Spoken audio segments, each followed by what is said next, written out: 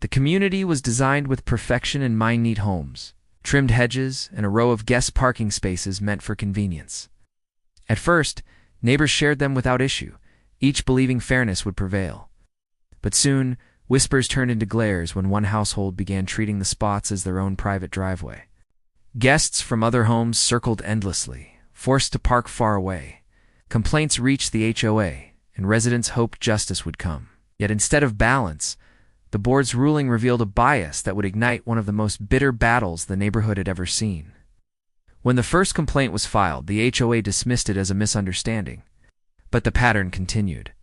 The favored households' cars and guests filled the spots day after day. Others received warning letters for minor parking violations. Neighbors quickly realized the HOA president had close ties with the family in question. Rules that applied to everyone else mysteriously didn't apply to them. Frustration spread, with residents questioning why they paid dues only to be ignored. What began as irritation over lost parking now grew into resentment, fueled by the board's blatant favoritism and selective enforcement.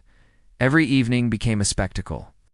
Guests visiting the same family monopolized spaces, while others circled the block in frustration.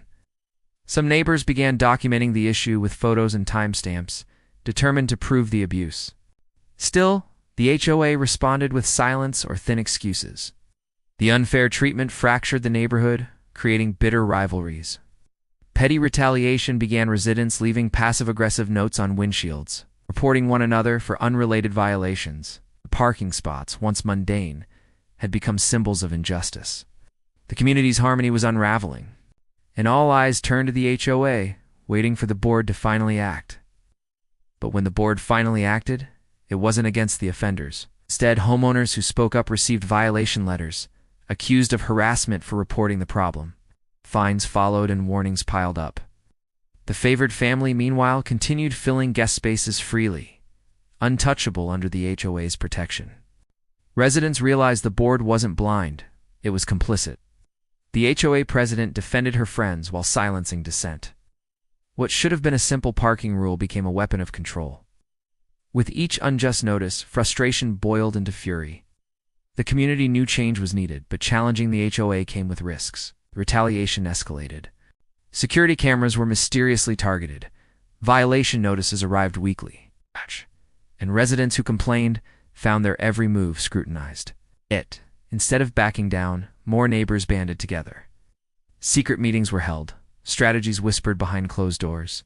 Photos, logs, and records of board misconduct were gathered like ammunition. The HOA president underestimated the strength of collective outrage. What began as scattered frustration had become a united front. The issue was no longer about guest parking, it was about abuse of power. Community prepared to fight back, determined to expose the corruption that had plagued them. The next HOA meeting was packed to the walls, residents armed with evidence and anger. One by one, neighbors presented their records, dates, photos, and proof of favoritism. Gasps filled the room as a clear pattern emerged, undeniable in its consistency. The president attempted to dismiss the claims, but the crowd erupted, demanding accountability. Years of pent-up frustration poured out in a single night as residents rallied together, refusing to be silenced. The board, once secure in its authority, now faced overwhelming opposition. The battle lines were drawn, and the outcome would determine the neighborhood's future. Under pressure, the board began to fracture. Members distanced themselves from the president, unwilling to share blame. Petitions circulated rapidly, collecting signatures for removal. Legal consultations were initiated, with residents learning their rights and preparing lawsuits if needed. The president clung desperately to control, but her grip weakened by the hour. The favored family, once untouchable, now faced backlash from nearly every neighbor. The parking drama had exposed something deeper, a system built on favoritism and abuse. With every passing day, the board's authority crumbled, replaced by the growing strength of a united community. The end was inevitable. The decisive vote arrived, and the president was ousted.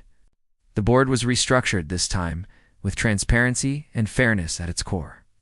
New policies ensured guest parking would truly remain shared, with clear enforcement that applied equally to all. The family that once monopolized the spaces found themselves held accountable at last. Slowly, harmony returned to the streets, the bitterness replaced with relief. Yet the scars of the conflict lingered, a reminder of how quickly power can corrupt. The residents had learned that even something as small as a parking space could expose the true character of leadership,